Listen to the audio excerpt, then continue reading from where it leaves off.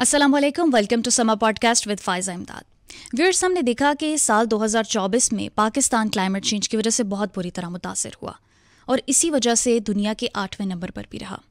Punjab government ने कुछ exemplary steps इसमें लिए। सीएम पंजाब का इनिशिएटिव था, जिगजैग टेक्नोलॉजी के ऊपर काम किया गया, फिर चाइना के साथ भी ये प्रोजेक्ट किया गया, क्लीन एयर वर्किंग ग्रुप बनाया गया। इसके अलावा एंटी स्मोक टावर इंस्टॉल किया गया पाकिस्तान में पहली मरतबा। लेकिन इस अवेयरनेस कैंपेन में एक बहुत मुनफरिद विजन लाया गया, वो ये कि थिएट्रिकल प्ले के ज़रिए, जिसका नाम धरती माँ है, अवेयरनेस फैलाई गई क्लाइमेट चेंज के हवाले से। अभी इसके रिहर्सल्स जारी हैं और आज हम बात करेंगे इसी प्ले के हवाले से। इस प्ले के दो अहम कैरेक्टर्स भी हमारे साथ मौजूद हैं, पाकिस्तान की सीनियर मंजी हुई एक्ट्रेस समिया मुमताज़ और थिएटर एंड फिल्म के director mister Wahab Shah. First of all, thank you very much for joining us. और ये समा पॉडकास्ट के लिए एक ऑनर की बात है कि आपने हमारे इस प्लेटफॉर्म की वसातत से जो है वो एक थिएट्रिकल प्ले की आगाही के लिए इसको चूज़ किया। सो समिया जी, आपसे स्टार्ट करूँगी। 95 में ग़ालिबन आपने अपने करियर का आगाज़ किया। मेरे ख्याल से इससे बहुत पहले किया था, मगर उस वक्त मुझे ये नहीं पता था वो मेरा करियर है, क्योंकि हम लोग छोटे छोटे बच्चे होते थे। तो मुनीज़ा हाशमी के बच्चों के प्रोग्राम्स होते थे, वो मेरे अम्मा अब्बा की बहुत अच्छी दोस्त हैं।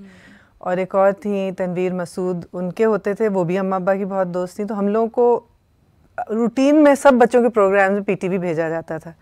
तो वो करियर नहीं था, एम ही था।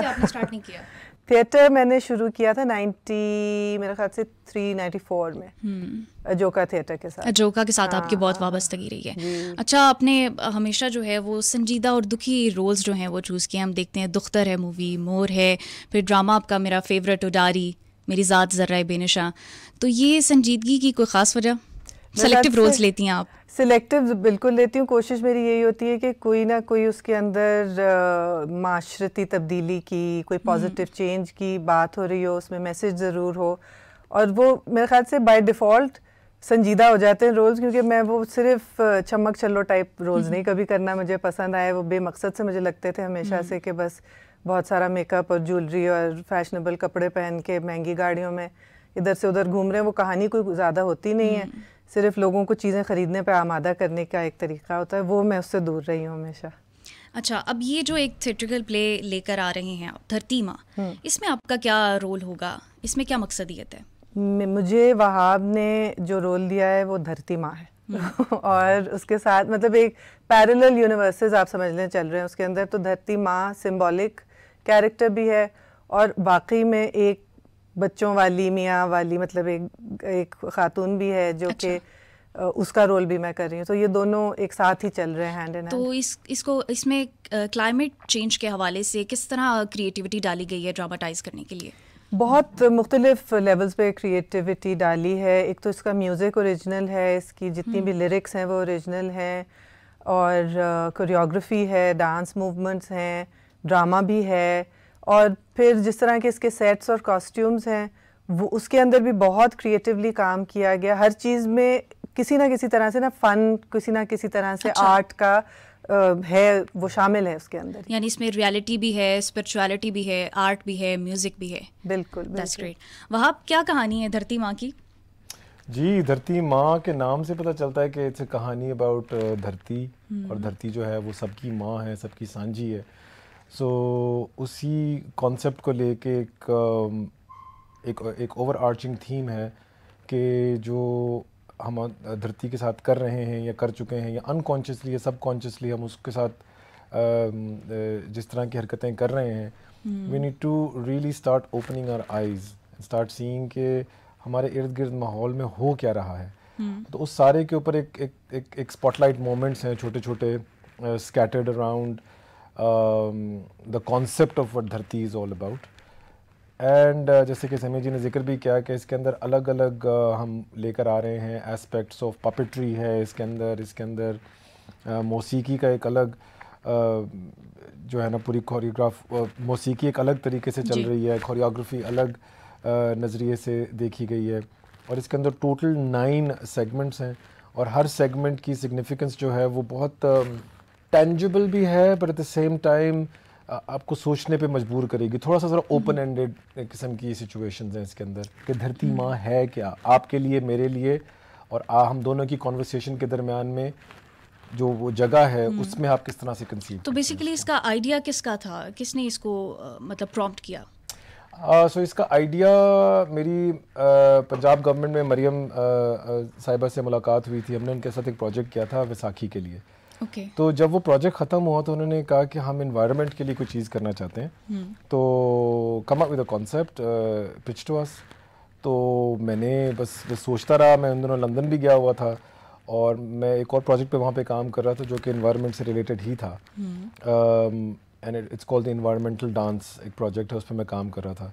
तो I was already consumed in world climate के ऊपर और चीज़ों पे मैं रिसर्च कर रहा था। तो उस आइडिया को देखते देखते, ट्रैवल करते करते करते एक कॉन्सेप्ट डेवलप हुआ कि जिससे like I don't have a mother, she passed away in 93। तो आई थिंक बट मैं जब भी किसी से भी मिलता हूँ तो वो अपनी माँ की अटैचमेंट और जो उसके साथ एक उसकी एक टेंजिबल एसोसिएशन है उसको महसूस करते हैं, उसको बहुत महसूस करता है हर इंसान। तो शायद मेरे पास इमीडिएट वो नहीं है, लेकिन मैं अपने इर्द गिर्द के लोगों को जब देखता हूँ कि माँ की बहुत बहुत बहुत बड़ी इम्पोर्टेंस है इस दुनिया में। एंड फिर हम मार्फत में जब पढ़ते हैं कि धरती एक माँ है जो कि हर चीज़ को पैदा करती है, उसने हमें संभाल के रखा हुआ है। तो इसका आइडिया ऐसे ही आया कि बस दोस्तों से मिला, अपना ट्रैवल किया, कुछ अलग नज़रियात से चीज़ों को देखा और वो बुनते बुनते बुनते कतरा कतरा करते एक आइडिया बन गया। वाओ। आपने इन्वायरमेंटल डांस का भी जिक्र किया, ये बड़ी इंटरेस्टिंग टर्म लगी मुझे। क्या कोई प्रोजेक्ट था या आइडिया था, क्या था ये? जी, सो आप इन्वायरमेंटल डांस बेसिकली एक फोरम है, एक ऑनलाइन फोरम है जो कि अभी इस वक्त पिछले 10 साल से लेके और जितना भी क्लाइमेट में चेंजेस आए हैं, so it's basically a website जिसके ऊपर के लाइव दुनिया में जितना टेम्परेचर ऊपर नीचे जा रहा है डिफरेंट रीजन्स में, उसको वो लाइव दिखा रहा है दुनिया को। प्लस उसके अलावा वो क्यूरेट करते हैं पूरी दुनिया से, अलग अलग मुल्कों से, अलग अलग रीजन से कुछ आर्टिस्टों को क्यूरेट करते हैं और उनको एक स्टाइपेंड दे के उनसे कहते हैं कि आप अपने इर्द गिर्द के इन्वायरमेंट में किस तरह से रिस्पॉन्ड कर सकते हैं। It's an open ended, real time पर ये सब कुछ रियल टाइम पे हो रहा है सारा कुछ। तो द एक्चुअल वेबसाइट जो है वो रियल टाइम पे पूरा टेम्परेचर अप एंड डाउन बता रही है, प्लस पॉपुलेशन इंक्रीज़ कहाँ हो रही है, डिक्रीज़ कहाँ हो रही है, नेचुरल डिजास्टर्स कहाँ हो रहे हैं। तो एक उसके फैक्ट्स हैं और फिर दूसरा ये है कि वो एक ग्लोब की शक्ल में एक वेबसाइट है। तो उस पर आप जब स्क्रॉल करते हैं तो आप जहाँ भी आपने जाके क्लिक करना है उस पर आप उस जगह के आर्टिस्ट का अपने इर्द गिर्द के इन्वायरमेंट से रिलेटेड जो वो फील कर रहा है उसका काम देख सकते हैं। तो फ्रॉम अगर आप चिली में कोई अलग तरीके से इन्वायरमेंट को देख रहा है, उसका अपना है, ऑस्ट्रेलिया में अलग है, बांग्लादेश में अलग कोई बात कर रहा है, पाकिस्तान में I was fortunate enough that they asked me to do it, तो मैंने रिस्पॉन्ड किया and I did a project on Manchar lake पे। वो भी ऐसे ही बस बनते बनते बनते बन गया। मज़ा आया। नहीं, बहुत इंटरेस्टिंग है। अच्छा, पंजाब गवर्नमेंट की कंट्रीब्यूशन से ये प्रोजेक्ट चल रहा है, तो मरियम नवाज साहिबा सीएम पंजाब, उन्होंने पंजाब बीजिंग क्लीन एयर जो है उस प्रोजेक्ट के ऊपर भी काम किया। उसके अलावा पहला एंटी स्मोक टावर जो है वो पाकिस्तान में इंस्टॉल हुआ, फिर जिगजैग टेक्नोलॉजी के हवाले से आए। तो ये थिएटर कहाँ से आ गया? आई थिंक इन सब चीज़ों को ही एक तरह से अंडरस्टैंड करने के लिए और समझने के लिए और समझाने के लिए हर एस्पेक्ट जो होता है, और सबसे पहला जो एक पिलर है किसी भी चीज़ को पब्लिक तक पहुंचाने के लिए, वो है arts and performance art. So I mean obviously उनका अपना एक तरीका है कि how are they able to bring in these technologies and install it, but at the same time the awareness in the public has to be there. उसके लिए फिर हमारे जैसे आर्टिस्ट जो हैं वो फोरफ्रंट पे आते हैं और हम उसको एक आर्टिस्टिक तरीके से किस तरह से प्रेजेंट करके आगे ले जा सकते हैं।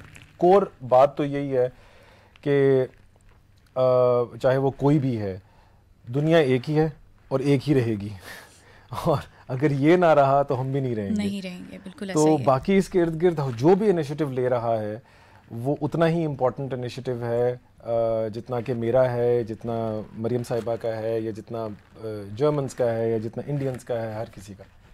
वो एक बात भी है ना कि क्लाइमेट चेंज के हवाले से अगर हम आज नहीं स्टेप लेंगे, हम इसको नहीं सेव करेंगे, तो फिर कल को कोई और होगा जो इसे सेव कर रहा होगा, हम नहीं होंगे। अभी हमारे जो ग्लेशियर्स हैं, जितना मुझे रिसर्च में पता चला है कि 2050 तक तकरीबन आधे ग्लेशियर्स पाकिस्तान के जो हैं वो ख़त्म हो जाएंगे। अब ये फैक्ट है, ये हकीकत है, ये रियलिटी है, हमें शायद अभी नहीं पता, लेकिन आहिस्ता आहिस्ता ये सब इकोसिस्टम ख़राब हो जाएगा। जी बिल्कुल ऐसे ही है। मैं देख रही थी कि पर डेकेड जो है वो 14 फ़ारेनहाइट डिग्री का टेम्परेचर जो है वो बढ़ा है और पिछले 7 साल जो थे वो हॉटेस्ट रिकॉर्ड किए गए। That's alarming. यस। समीर जी आपसे बात करेंगे थिएटर के हवाले से। पहले जो थिएटर हुआ करता था 30 साल पहले और आज का थिएटर, क्या डिफरेंस देखती हैं? बहुत कम हो रहा है अब। एक तो ये डिफरेंस देख रही हूँ, उस वक्त हम लोग बहुत रेगुलरली करते थे और सिर्फ लाहौर में नहीं, छोटे ज़िलों में भी जाके, गांवों में भी जाके स्ट्रीट थिएटर बहुत करते थे। और अब मुझे बहुत कम नज़र आता है, और अगर आता भी है तो अक्सर जो है वो नकल होती है, किसी बाहर के काम को अडेप्ट किया हुआ है या उसी का अजबर पूरे की पूरी चीज़ ही यहाँ पे कॉपी कर ली जाती है। तो वो ओरिजिनल काम कम लग रहा है मुझे, जो एटलीस्ट मेरी नज़र से जो गुजर रहा है, और जो कि एक्चुअली हमारे मसाइल से निकला हो, हमारी हकीकत के साथ जुड़ा हो, वो कम ही मुझे अब नज़र आता है। क्लाइमेट चेंज एक बहुत संजीदा टॉपिक है और ये तकरीबन हर मुल्क का दुनिया में मसला है, स्टेट लेवल पर इसको देखा जाता है। तो थिएटर में इस आइडिया को सिंप्लीफाई करना, पढ़े लिखे तबके से लेकर आम आवाम तक इसको मतलब इस तरीके से रखना कि हर कोई उसको समझ सके, उसको अवेयरनेस आ सके, ये कितना चैलेंजिंग था? आई थिंक मज़ा ही इस चीज़ का आता है कि अगर आपके पास मैसेज बहुत बड़ा हो, लेकिन उसको बहुत, जैसे आप कह रही हैं, सिंप्लीफाई भी करना और उसको साथ साथ एंटरटेनिंग भी बनाना, ताकि चाहे वो बच्चे आ रहे हैं उनको भी समझ आए, कोई देहात से आ रहा है उसको भी समझ आए, कोई दफ्तर से उठ के आ रहा है उसके लिए, सब के लिए कुछ ना कुछ उसके अंदर ऐसा हो जो कि उसको सीख सके उससे और लेके जाए घर, बिल्कुल सीख सके, उसको अपील करे। ये जो अभी जो हम प्ले कर रहे हैं उसके अंदर बहुत खूबसूरत पुरानी, जिसको हम बाबियाँदी शायरी कहते हैं, वो भी बहुत सारी है, और यानी पुराना विजडम भी है, और अब की नई जो हालात हैं उसके साथ जो क्रिएटिवली उन्होंने लिखी हैं चीज़ें, पीसेस लिखी हैं शायरी की, वो भी हैं। So different people, I think उनके लिए डिफरेंट चीज़ें जो हैं वो उनको एकदम से क्लिक भी करेंगी, मज़ा भी आएगा। तो कास्ट के हवाले से भी बताइए, और कितने आर्टिस्ट हैं, कितने लोग परफॉर्म करेंगे? यही कोई 130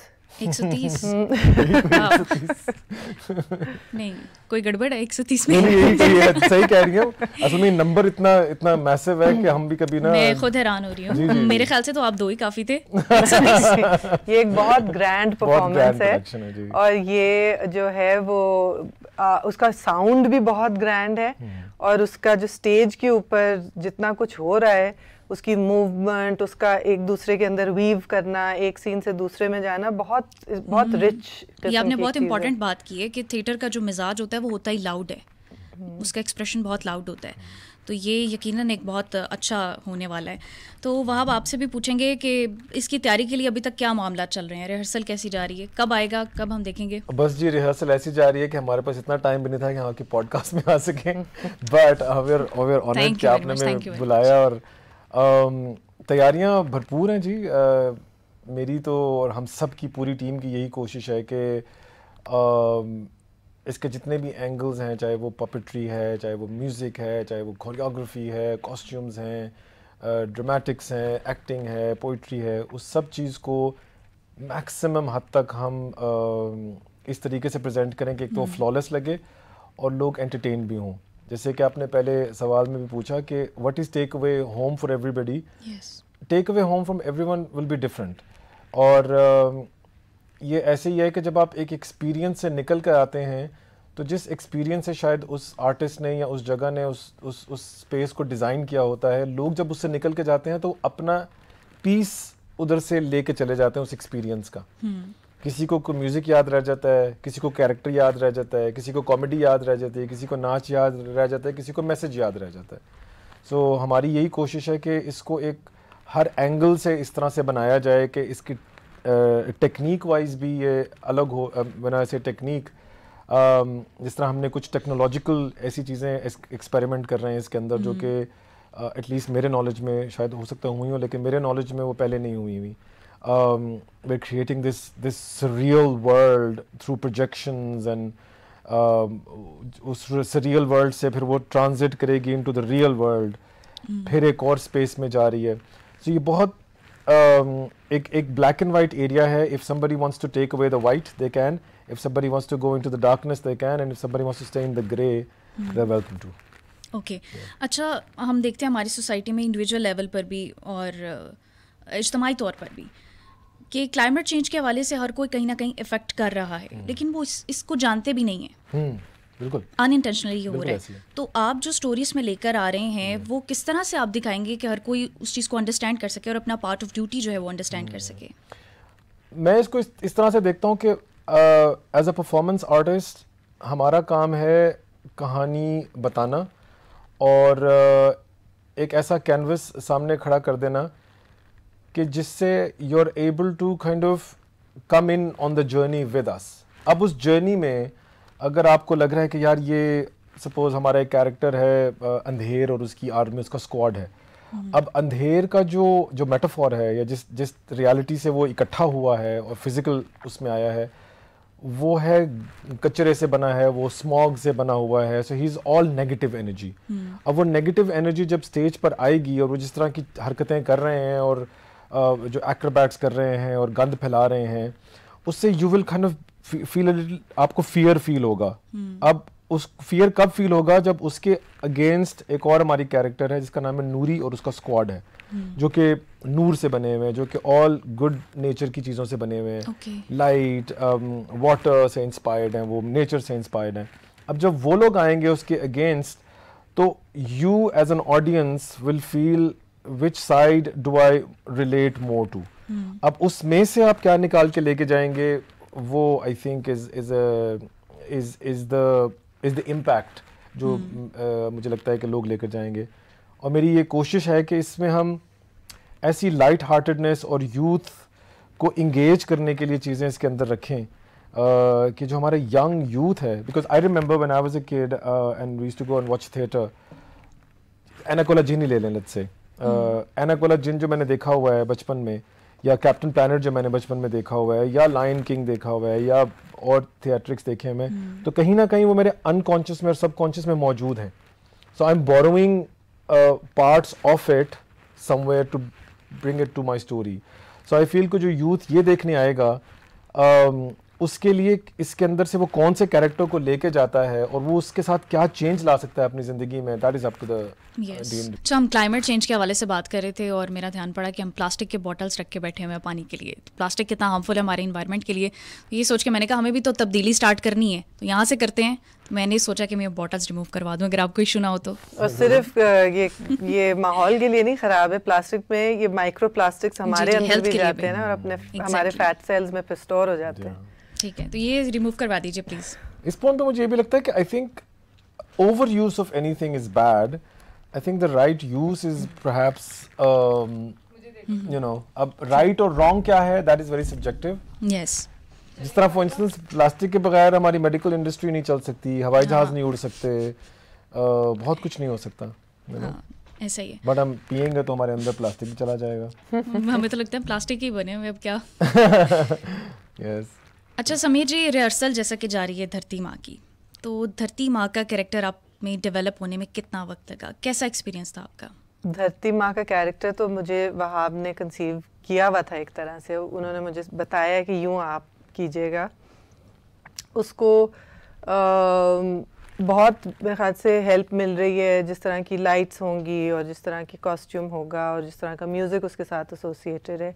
बट बेसिकली ये कि जिसको हम कहते हैं ना कुदरत की एक पेस होती है, सहज सबा जिसको हम कहते हैं कि धीरे धीरे आराम से, जिस तरह दिन एकदम से नहीं चढ़ता, वो हौली हौली आता है. उसी तरह से धरती माँ की भी जो स्पीड है उसमें कोई हरीड मूवमेंट्स नहीं है, उसमें कोई हाबड़ नहीं है, कोई एक बड़ा सहज के साथ ही उसका सारा है ना काम सी बंदी है. मुझे तो यूँ ही समझ आया, यही इन्होंने मुझे समझाया भी था कि वो एक कैरी करेंगी अपने साथ जो एक बस उसमें बर्दाश्त भी है लेकिन उसमें सज़ा देने की भी गुंजाइश है. वो उसमें कैपेसिटी है. ज़ाहिर है जो हम देखते हैं सैलाब आते हैं और आंधी तूफान आते हैं, वो भी कुदरत और धरती माँ का ही बिल्कुल क्लाइमेट चेंज की वजह से ही फ्लड्स आते हैं, डिफॉरेस्टेशन होती है, तो ये उसकी वजह से बढ़ जाते हैं। आते तो हमेशा से ही रहे, लेकिन उसकी इंटेंसिटी बढ़ जाती है। जी। अच्छा, आप थिएटर में अब ये दोबारा आपका कमबैक है या आप तवातुर से करती आई हैं? करती रही हूँ, बट कुछ साल के वक्फे पे अब होने लगा है। एक तो टाइम ज़्यादा लेता है, आप ज़ाहिर है जब टीवी या फिल्म का काम करते हैं तो अक्सर तो रिहर्सल्स होती नहीं है, बहुत कम है कोई फिल्म बनाए जिसमें कि रिहर्सल भी शामिल करे, वरना आप सेट पे जाते हैं अपना काम करके ख़त्म, और that's the end of that. तो आखिरी प्रोजेक्ट आपने कौन सा किया था, मतलब कितनी देर पहले? थिएटर का? जी। मैंने ओलो मोपोलो मीडिया के साथ किया था, सरमद खूसट और कमल खूसट के साथ। उसका नाम था चांजर दी पावा छनकार। वो एक थिएटर प्रोडक्शन थी जो कि हम काफ़ी जगह पे लेके फिर गए, मुल्तान, फैसलाबाद, कराची, इस्लामाबाद। तो ये धरती माँ का भी कोई ऐसा है प्रोग्राम, ये सिर्फ लाहौर में अभी हो रहा है, बाकी शहरों के हवाले से? जी, फ़िलहाल ये लाहौर के लिए ही है। यहाँ पे किस तरह की रिस्पांस आती है, क्या फीडबैक मिलती है, फिर इरादा तो यही जो मुझे समझ आया है कि पंजाब के फिर मुख्तलिफ और जगहों पे भी ले जाया जाएगा। वहाँ अब देखें जैसा कि सोशल मीडिया का दौर है, तो डॉक्यूमेंट्रीज आती हैं, सीरीज़ आती हैं, तो ये भी अवेयरनेस का एक बड़ा सॉलिड प्लेटफॉर्म बन जाता है। तो फिर थिएटर कैसे जो है वो अवेयरनेस बनाएगा इस हवाले से? जिस तरह एक पॉडकास्ट फैला रहे हैं बिकॉज जैसे समा एक मेन स्ट्रीम चैनल है, लेकिन you started a thing called a podcast. Podcast is predominantly digital की देन है जिसको कि मेन स्ट्रीम ने अडेप्ट किया है। देयरफॉर आई थिंक ये थिएटर प्ले भी एक ऐसा है कि एक तो आई थिंक विदिन थिएट्रिक्स और थिएटर प्ले में देयर अलग अलग तरह के होते हैं। जैसे वेस्ट में जो वेस्ट एंड है या ब्रॉडवे है, that is your commercial theatre. अब उसके पीछे एक बिजनेस जुड़ा हुआ है कि अब न्यूयॉर्क में अगर आप जा रहे हैं तो आप पहले से ही लायन किंग के टिकट्स बुक करा लेंगे, लंदन है, सिडनी है, व्हाटएवर है। तो एक मेन स्ट्रीम थिएटर की रेवेन्यू है जो वो कमा रहे हैं और उसकी वजह से वो एंजॉय भी करवा रहे हैं लोगों को। फिर उसी के साथ साथ फिर ऑब्वियसली शेक्सपियर का एक थिएटर चल रहा है, फिर स्ट्रीट थिएटर चल रहा है, फिर अलग अलग थिएटर चल रहे हैं। अब पाकिस्तान में आई फील कि थिएटर इंडस्ट्री या एंटरटेनमेंट इंडस्ट्री में शायद वो सेग्रीगेटेड स्पेसेस नहीं है, तो अपनी मदद आपके तहत ही लोग जो हैं वो थिएटर करते हैं, जिसके जितने वसाइल हैं वो उस वसाइल में रह के अपने आप को जो है बना रहा है। Ajoka theatre is a great example कि इतने अरसे से उन्होंने वो कॉन्स्टेंटली जिन भी हालात में रहे उन्होंने कुछ ना कुछ किया है, and kudos to them. But हर किसी के पास इतनी कुव्वत नहीं होती। नहीं, तो इसका आप मेन रीज़न क्या समझते हैं कि लाइक थिएटर के उस तरह से वसाइल नहीं है, या इस फन को उस तरह से प्रमोट नहीं किया जाता, या अवाम इसको ज़्यादा देखने के शौकीन नहीं रहे? A bit of both. It's a bit of everything. I think stability of everything around you really matters. Now when I say stability, you know, इंसान की stability, माशरे की stability, माशी हालात की stability, everything really really matters. तो जब आप एक तरह से जैसे कहते हैं ना, आपका बेसिक जब पुट असाइड होगा तो you are able to invest in going to theatre, invest in going to cinema, invest your recreational time and your money in going and seeing this avenue. ये मेरी अंडरस्टैंडिंग है, शायद मैं गलत हूँ इसके बारे में। लेकिन या तो थिएटर, जैसे आपने शुरू में जिक्र किया कि थिएटर क्योंकि थिएटर एक ऐसा मीडियम है कि वो ह्यूमन टू ह्यूमन इमीडिएट एक रिएक्शन है आपका आमने सामने। और इस वक्त हम जिस हालात में या जिस हाल में बैठे हुए हैं, जिसे हम कहते हैं कि हम एक जुड़ी हुई हालत में इंसानी शक्ल में बैठे हुए हैं, लेकिन असल में हमारी रूह जो है वो कम्युनिकेट कर रही है। अब रूह कैसे कम्युनिकेट करती है? आप और मैं आमने सामने बैठे हुए तो we can feel each other's energy, and that's what theatre does. Theatre transports the energy from this immediately to you. So when you go away there is a ये बड़ी अच्छी बात आपने की कि थिएटर जो है वो पुरअसर होते हैं बाकी स्क्रीन्स और बाकी प्लेटफॉर्म्स की निस्बत। समीर जी, आप नहीं समझती कि हमारे आवाम के अंदर अब ये एक माइंडसेट बन गया, वो ज़्यादा ग्लैमर को देखना पसंद करते हैं, या फिर कोई हंसी मजाक हो तो उस तरह से? तो ये जो धरती माँ का प्ले है, इसमें इस तरह की क्रिएटिविटी डाली गई है, क्या चीज़ें शामिल की गई हैं कि ये आवाम को अट्रैक्ट भी कर सके? पहले तो मुझे नहीं लगता कि लोग ग्लैमर से अट्रैक्टेड हैं। ग्लैमर बनाने वाले और बेचने वाले ये अस्यूम करते हैं कि लोग यही देखना चाहते हैं। लोग मेरे ख्याल से तंग आ गए हैं, कितना तो ये जिम्मेदारी जो है है वो डायरेक्टर्स और प्रोड्यूसर्स पे आपने डाल दी है कि उन्हें लगता है कि अवाम ये सब देखना और चाहते हैं, स्पॉन्सर्स, क्योंकि हर एक को अपनी क्या कहते हैं परचून बेचना होता है, तो वो हमें इस्तेमाल करते हैं अपना परचून बेचने के लिए। हमें वो चीज़ें लवाजमात दे देते हैं जो कि वो चाहते हैं दूसरे लोग भी खरीदें। तो शायद जिस तरह एडवर्टाइजिंग चलती है, आपको तो जिस तरह थिएटर पे अब आपने ये क्रिएटिव शो करना है, ऐसा चलता रहे तो यू मीन कि अवाम इस तरफ भी आ जाएंगे? लोग तो बहुत खुशी से देखना चाहते हैं, और हमारे यहाँ इतना कम होता है लाइव परफॉर्मेंस का मौका कि जब भी होता है, मैंने तो हमेशा ये देखा है कि भरे हुए होते हैं हॉल्स, जगह कम हो जाती है, सीढ़ियों पे लोग बैठे होते हैं। हम अभी जब रिहर्स भी कर रहे थे, एक म्यूजिक शो हो रहा था, उसकी तैयारी हो रही थी, वो ये कह रहे थे कि हम ओवर बुक्ड हैं, अब हमें एक्स्ट्रा सीट्स लगानी पड़ी। पहले सोफे लगाए, वो सोफे भी ज़्यादा जगह ले रहे थे, अब वो दूसरी कुर्सियाँ लगाने वाले थे। लोग चाहते हैं, देखना चाहते हैं। This is the revolutionary vision. मैं खुद ऐसे परफॉर्मेंसेस का हिस्सा रहा हूँ। शाह रबील एक थिएटर डायरेक्टर हुआ करते थे, उनके साथ हम ड्रामा किया करते थे। बॉम्बे ड्रीम्स हमने किया, और बॉम्बे ड्रीम्स के जो आखिरी 3 दिन थे, इतना ज़्यादा क्राउड था कि लिटरली लोग जो थे स्टेज के जो एज है ना उसके ऊपर भी कोने पे बैठे हुए थे, खचाखच भरा हुआ था। एंड लोग देखना चाहते हैं, लोग देख। और एक और बड़ी इंपॉर्टेंट चीज़ है कि इस वक्त we are the 5th apparently I believe so, we are the 5th most populated country in the world. तो 5वीं बड़ी आबादी को क्या क्या चाहिए, ये सब एंटरटेनमेंट की चीज़ें चाहिए उनको। सारे लवाजमात जो हम फ़नून लतीफ़ा से लेके art, culture, technology, everything is needed for these people, because that's the only time you can, अगर आप उसको शायद एक उस तरह से वर्ड्स में कहें तो maybe how to tame them, because otherwise ये अगर बिफर जाएंगे तो इन सबको टेम करने के लिए एंटरटेनमेंट के एवेन्यूज बहुत बहुत बहुत ज़रूरी हैं। अच्छा, जैसे कि आप ये बता रहे हैं कि 130 के करीब आर्टिस्ट हैं, तो सपोर्टिंग रोल्स, लीडिंग रोल्स, फिर साथ में डांसर्स और एक्स्ट्राज वगैरह, तो इनके कोई पेमेंट के हवाले से थोड़ा बताइए कि इनको किस तरह से बजट दिया गया है, फिर पंजाब हुकूमत की क्या इसमें कंट्रीब्यूशन है? बिल्कुल जी, पंजाब हुकूमत ने हमें एक फैसिलिटेट किया है with the budget, and everyone is getting paid. और हमने इसके साथ ये भी कोशिश की है कि इसकी जो प्रोडक्शन वैल्यू है उसके अंदर भी हम कोई भी कसर ना छोड़ें, एंड या it's gonna be one of a kind. तो वैसे समिया जी कुछ जनरली बताएं, मैं पुराने दौर में कैसे मिलती थी तनख्वाहें आर्टिस्ट को, और आज क्या फ़र्क देखती हैं आप? हम लोग तो बहुत सारा काम वॉलंटरी करते थे जब शुरू किया मैंने थिएटर, क्योंकि कोई फंडिंग वगैरह की एवेन्यूज़ नहीं थी। और हमारे यहाँ तो एक पुरानी ये चीज़ है कि स्टेट नहीं फंड करती आमतौर से क्रिएटिव काम को या परफॉर्मिंग आर्ट्स को, अनलेस आप उनके एजेंडा और उनके मैसेज को आगे पहुंचा रहे हो। लेकिन आर्ट फॉर आर्ट से इर्रिस्पेक्टिव ऑफ आप क्या मैसेज दे रहे हैं, ये हमारे यहाँ इस तरह से नहीं है। दुनिया के बहुत सारे हिस्सों में ऐसा होता है कि आप अपना ग्रांट स्टेट को देते हैं कि ये मुझे प्रोडक्शन करनी है, ये इसके कॉस्ट्स होंगे, ये डेट्स हैं, इतने लोग देखने आएंगे, तो ग्रांट देती है स्टेट, और फिर आप अपनी क्रिएटिव काम करते हैं। हमारे यहाँ इस तरह का कुछ है नहीं सिस्टम। तो वो हम लोग तो ज़्यादा वक्त वॉलंटरी इसीलिए करते थे, नौकरी दिन में करते थे, शाम को रिहर्सल्स करते थे, और वीकेंड्स पे परफॉर्मेंसेस होती थी, ताकि जो लोग काम कर रहे हैं वो करते रहें। तो अब आप जैसे लोग क्यों नहीं पैदा हो रहे? लोग तो उतने ही हैं, वैसे ही हैं, बल्कि ज़्यादा ही हैं, आबादी बढ़ गई है। लोगों को शोहरत का, फेम का शौक है, ऐसे प्लेटफॉर्म्स को चूज़ करते हैं जहाँ पर ज़्यादा मेहनत ना करनी पड़े।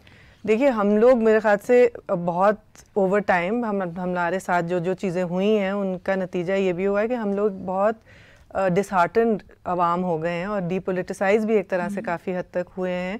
तो हमें लगता है कि हम कुछ भी कर लेंगे, कुछ नहीं बदलने वाला। एक ये हमारे मायूसी आ गई है हमारे अंदर जी। अगर आपके अंदर कोई आइडियलिज्म होता है, वो तभी होता है ना जब आप सोचते हैं कि हम जुड़ के ये कर लेंगे, हम ये चेंज कर लेंगे, ये बदल जाएगा और सबको बराबर के मौके मिलेंगे। जब तक वो ख्वाब आपके ज़िंदा रहते हैं, आप में बहुत जज्बा होता है। जब वो आपको लगता है कि मैंने तो बहुत सर मार लिया, इधर उधर कोई फ़र्क ही नहीं पड़ा, तो वो सब ठंडे पड़ जाते हैं ना आप। मुझे ये लगता है कि बहुत हद तक हम लोग इस तरह इस हालत में हैं, तो उसको भी उजागर करने के लिए बार बार रिमाइंड करने की ज़रूरत होती है कि नहीं, हम चेंज ला सकते हैं। हाँ, हम एज इंडिविजुअल्स अगर हम 5 लोग भी जमा हो जाएंगे तो कुछ तब्दीली शायद हम ला सकें। अच्छा समीर जी, थिएटर के हवाले से हम बात करें, धरती माँ का आपका कैरेक्टर है, उसमें बड़ा ठहराव आप बता रही हैं, लेकिन जब सज़ा देनी है तो वो भी देती है।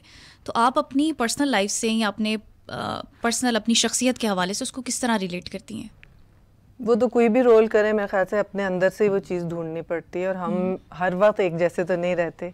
हमारे अंदर ऐसे मौके भी आते हैं जब गुस्सा आता है, जैसे मौके भी आते हैं जब बोरियत होती है। तो इन्हीं चीज़ों को हम अपने रियल लिव्ड एक्सपीरियंसेस से फिर अपने कैरेक्टर्स के लिए भी चीज़ें उठाते हैं। अब मैं रियल लाइफ में अगर वाकई में बच्चों की माँ हूँ और मैं अगर ज़मीन के साथ काम करती हूँ, तो ये चीज़ें मैं अपने धरती माँ के कैरेक्टर में कहीं ना कहीं तो इससे ड्रॉ कर रही हूँ। इसी तरह से ही होता है। मगर कुछ इस तरह के भी ज़ाहिर कैरेक्टर्स मिलते हैं जो कि आपने सिर्फ ऑब्जर्व किए होते हैं या पढ़ा होता है उनके बारे में ताकि उनकी नफ्सियात समझ जाए, मगर वो आपके ऊपर नहीं गुजरा होता, लेकिन फिर आप स्टेप करते हैं उनकी शूज़ में कि अगर मेरे साथ ये होता तो मैं ये फील कर रही होती। तो कुछ नए एहसास भी होते हैं उस वक्त की। बिल्कुल। अच्छा समिया जी, आपने अभी तक कितने ही कैरेक्टर्स किए हैं, तो कोई आपका फेवरेट कैरेक्टर रहा हो थिएटर में?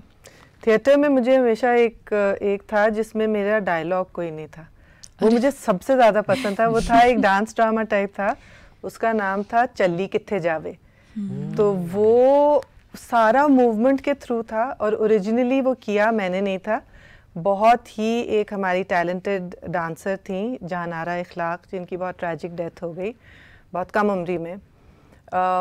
उन्होंने ओरिजिनली किया था और उनकी ज़िंदगी में ही मैंने भी किया था और वो देखने भी आई थी, और मैं बहुत डरते डरते मैंने किया था। मैं जहानारा बहुत ही उम्दा डांसर थी कथक की, और जितने इमोशन से उन्होंने किया था वो पूरा हॉल जो होता था ना उनकी परफॉर्मेंस में ऐसे करके जुड़ जाता था उनके साथ। तो मेरे लिए वो बहुत बड़ा चैलेंज था। उसके बाद उन्होंने डिसाइड किया कि अब मैं थिएटर नहीं करूँगी और मैंने थिएटर करना शुरू कर दिया था। तो फिर वो रोल मैंने बहुत जगह किया, हम लोग बांग्लादेश भी लेके गए, हिंदुस्तान भी, बहुत जगह हम उसके साथ ट्रैवल किया। तो अभी फ्यूचर में कोई ड्रीम कैरेक्टर आपका जो आप करना चाहें दिल से? आई थिंक वही होता है कि स्टीरियोटाइप ना हो, बार बार एक ही चीज़ ना करना पड़े, ज़रा डिफरेंट हो, कुछ इस तरह हो जिसमें कि थोड़ा सा कुछ टेढ़ापन भी हो, सीधी सीधी चीज ना हो। टेढ़ापन से मुराद मतलब अच्छी है तो अच्छी ही ना रहे, और अगर बुरी है तो कुछ वजह भी उसकी समझ आए कि पीछे इसके क्या था। तो कोई हमारे माशरे के टैबूज में से कुछ आप रिलेट करके बताएं कुछ मैंने ऐसा? टीवी का तो इस तरह का बहुत काम किया है। ये जिस तरह आप उडारी का भी जिक्र कर रही थी, अभी हमारा वो जर्द पत्तों का बन भी गुजरा है, उसमें भी इस तरह के बहुत सारे इशूज थे जिनका नहीं अक्सर जिक्र होता। अभी एक और चल रहा है टीवी पे तन मन नीलो नील, उस पे भी बहुत सारे इस तरह के इश्यूज हैं जो कि हैं हमारे यहाँ बहुत प्रेवलेंट हैं, लेकिन उसके ऊपर बात नहीं होती। इस तरह के रोल्स करने में मुझे बहुत मज़ा आता है। टीवी स्क्रीन से भी आप कुछ दूर नज़र आ रही हैं, क्या वजह है? नहीं, करती रहती हूँ, आप देखती नहीं है लगता है। हम आपको देखते हैं, तवातुर से देखते हैं, ऐसी बात नहीं है। फिर भी बहुत कम कर रही हैं आप, सेलेक्टिव रोल्स करती हैं ना, इसलिए ऐसा बहुत मुझे एक्चुअली पसंद ही मुझे कुछ इसी टाइप के आते हैं। वो फिर शाज़ो नादिर जब आते हैं तो, और मेरी तरफ अगर आए तो मैं जरूर। क्यों शाज़ो नादिर आते हैं? क्योंकि आप ये डायरेक्टर प्रोड्यूसर्स को पकड़ के बिठाएं, इनको समझाएं। अब हम तो नहीं पीछे पीछे भाग सकते ना कि हेलो भाई मैं भी हूँ। मैंने तो बहुत कोशिश की थी कि बस इनको मैं राज़ी कर लूँ कि हमारे साथ ये आ जाएं, और आई वाज वेरी ग्रेटफुल कि इन्होंने कहा कि बिल्कुल ये बहुत मज़े का टॉपिक है, एंड आई लव। ग्रेटफुल तो हम भी है क्योंकि ये तो इंटरव्यूज पे भी नहीं जाते। बिल्कुल ये इनके कहने पे पता नहीं क्यों। नहीं, मुझे एक्चुअली लगता है कि काम से ये दूर ले जा रहे होते हैं आपको, और अपनी शख्सियत पे ज़्यादा फोकस करा देते हैं, जो कि नहीं है मकसद। ये भी तो देखें, ये भी काम होता है, लोगों को पता लगता है, इससे शऊर आता है, अवेयरनेस आती है जो आप करने जा रहे होते हैं। जब आप अपनी ज़बानी उसको अपने तौर पर बताते हैं तो वो लोगों को क्लिक करता है। हाँ, पहले जो आपका एक सवाल था ना कि आजकल क्योंकि हर कोई कमर्शियलिज्म के पीछे भाग रहा है और फेम के पीछे भाग रहा है, तो I think this is the precise answer for it कि when you are just consumed in your own work and not on your self projection, your work becomes bigger and you become so called, जैसे लोग तो legend कहना शुरू कर देते हैं, लेकिन ऐसी बात नहीं होती। You're just consumed in your work. Yes. I think too many public appearances tend to start आपको अपने ऊपर फोकस कराने पे मजबूर कर देती हैं। So I think एक अच्छे आर्टिस्ट की शायद मेरी नज़र में यही निशानी है कि वो इतना ही नज़र आए जितना रिक्वायर्ड है। अच्छा, ये बताइए कि थिएटर के हवाले से कि ये उतना लुक्रेटिव हो और कमर्शियल इसको करने के लिए हमें क्या कुछ करना चाहिए और ज़्यादा लोग इसकी तरफ आएँ? क्योंकि हम देखते हैं कि पैसे के लिए लोग और इन सारी चीज़ों के लिए, शोहरत के लिए, फेम के लिए ज़्यादातर ऐसे प्लेटफॉर्म्स को चूज़ करते हैं जहाँ पर मेहनत ना करनी पड़े। तो इस हवाले से कुछ बताएं।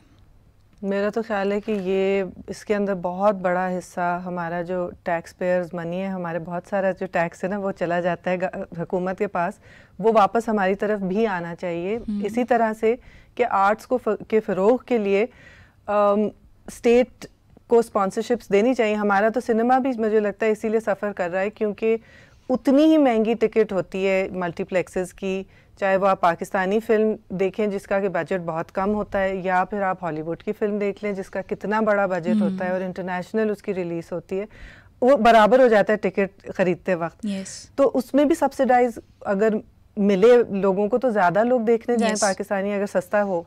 इस तरह की चीज़ें अगर प्रमोट करने की का एक दफ़ा सोच ले सरकार, तो मेरे ख्याल से हम लोगों का, और सस्टेन तरीके से, ये नहीं कि जो हमें पसंद आ रहा है हम उसको दे रहे हैं, लेकिन ये कि जो काम कर रहा है, जिसने ज़्यादा काम किया है, उसी को और भी मौके मिले ताकि फिर वो औरों जैसे यंगर लोगों को भी लेके आ सके और ये एक इंडस्ट्री बन सके प्रॉपर। मैं इसके बारे में ये कहना, जिस तरह I was discussing with Samia as well, कि it's an extraordinary time for me and for us as artist community as well, कि हम जो प्रोसाइसली ने बात की है कि दिस टाइम पंजाब गवर्नमेंट ने कहा कि यार ये करें, will support you both financially and infrastructure wise, और इसको हम वही कर रहे हैं कि we are giving it all, plus जितने भी लोग आ रहे हैं इन्विटेशंस पे आ रहे हैं, उन स्कूल कॉलेजेस के बच्चों को लाया जा रहा है, it's open to public. However I would still stress कि it's not just about me और अस, और भी बहुत सारे लोग हैं ऐसे, और बहुत सारे एवेन्यूज़ हैं ऐसे, एंड आई थिंक ये तभी होगा पॉसिबल जब एक ओवरऑल एक स्ट्रैटेजी बनेगी। जब एक स्ट्रैटेजी होगी, जब एक इंडस्ट्री होगी, तो उस इंडस्ट्री के अंदर जो आई ऑल्सो फील के जो हमारे आर्टिस्टिक कम्युनिटी के जो लोग हैं, बड़े बड़े जो टॉप के हैं, जो बहुत अरसे से कंट्रीब्यूट कर रहे हैं आर्ट में, they also need to get together and become one force.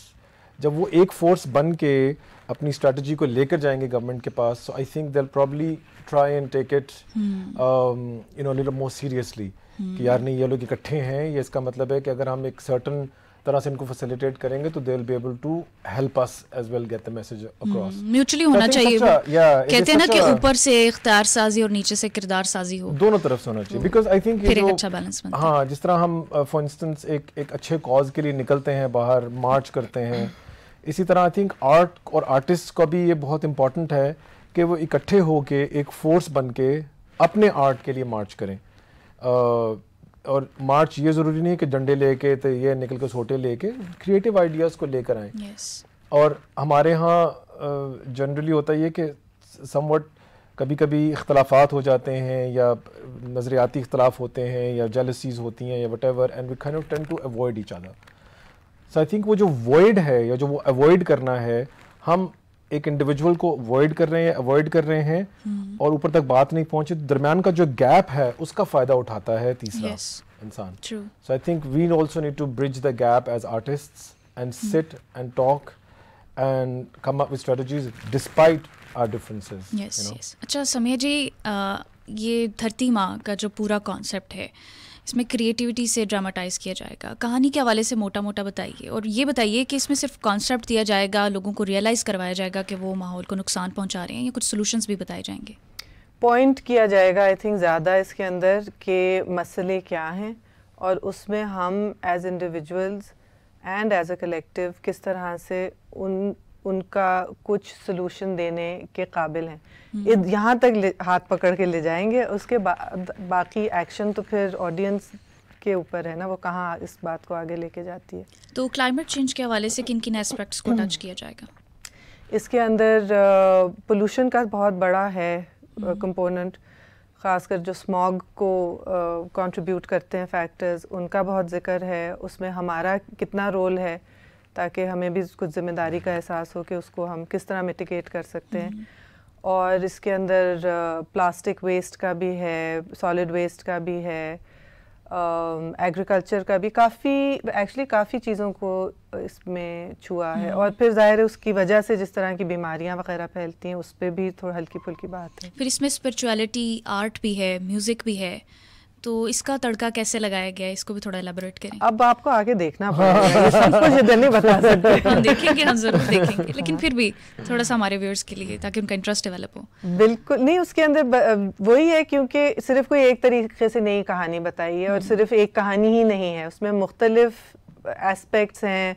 कुछ म्यूज़िक और डांस के थ्रू है, कुछ मूवमेंट है, कुछ लाइट्स हैं, कुछ इस तरह का मूड बना दिया है, पूरी एम्बियंस बन जाती है, और ऑडियंस के साथ इंटरेक्शन भी है, ऑडियंस के अंदर से भी कैरेक्टर्स बैठे हुए करेंगे इंटरेक्ट। सो इस तरह से वो यही नहीं है कि सिर्फ दूर बैठे वाली परफॉर्मेंस है, इट्स आप समझ लें इमर्सिव एक्सपीरियंस है। बिकॉज आप ढूंढने निकले ना, तो सूफियाज ने भी एनवायरनमेंट के बारे में बात की है, रिलीजन ने भी एनवायरनमेंट के बारे में बात किया है, सोशल कॉन्टेक्स्ट में भी एनवायरनमेंट के बारे में बात है। सिर्फ अगर आप अपनी आंखें खोल के इर्द गिर्द देखेंगे ना, तो हर जगह पे इन्वायरमेंट से मोहब्बत करना, उसको सही तरीके से ट्रीट करना, उसके साथ एका रखना, वो लिखा हुआ है। सो अब व्हाट वी डूइंग इज़, जिस तरह मैंने पहले जिक्र किया कि हम हर एस्पेक्ट से, जितना मेरा नॉलेज या थोड़ा बहुत अंडरस्टैंडिंग है, उस अंडरस्टैंडिंग के मुताबिक I am trying to pick अलग अलग एस्पेक्ट की चीज़ों को, and we are trying to combine it all in this one platter. अब उस प्लेटर में hummus के साथ आप चीज़ लगा के और एक बिस्किट के साथ खाना चाहते हैं और एक अलग टेस्ट लेना चाहते हैं, तो वो भी है। अगर if you just enjoy carrot with, आपने सूफियाज की बात की तो मेरे जहन में एक सूफी बुजुर्ग का शेर भी आ गया। वो कहते हैं, तेरे चिट्टे कपड़े किसे ने कम दे जे तो अंदरों काला हो, तेरे चिट्टे कपड़े किसे ने कम दे जे तू अंदरों काला हो, तेरे बारों चाड़ू किसे ने कम दे जे तेरे अंदर जाला हो। वाह वाह, यही गल है। अब ये देखिए, ये भी एनवायरनमेंट से बात है। यस, हाँ, इसको अगर आप दुनियावी नजरिए से देखें तो एक अलग है, इसको आप मार्फत के नजर से देखें तो ये अलग है। तब्दीली के लिए सिर्फ तबादला ख्याल नहीं करना होता, उसको प्रैक्टिकली करना होता है, और वो अपने आप से स्टार्ट होती है। बिल्कुल ये बात। अच्छा समीर जी, अभी तक जैसा कि रिहर्सल चल रही है, तो पर्दा उठने से गिरने तक गलती का तो कोई इसमें मार्जिन नहीं होना चाहिए। तो रिहर्सल के दौरान अभी तक कोई आपके साथ अच्छा, खुशगवार या ना खुशगवार कोई इंसिडेंट हुआ हो? रिहर्सल में तो बहुत गुंजाइश होती है, क्योंकि पर्दे का सिर्फ नाम आता है, असल में नहीं गिरता। वो तो अब जब टेक रिहर्सल शुरू होगी कल से, तब ये सारी चीज़ें एक्चुअली होंगी। अभी तक तो ऐसा हमारा कुछ नहीं हुआ, क्योंकि हम रोक लेते हैं, अभी भी रुक रुक के ही हो रही हैं रिहर्सल्स, पूरे end to end run throughs नहीं हो पा रहे।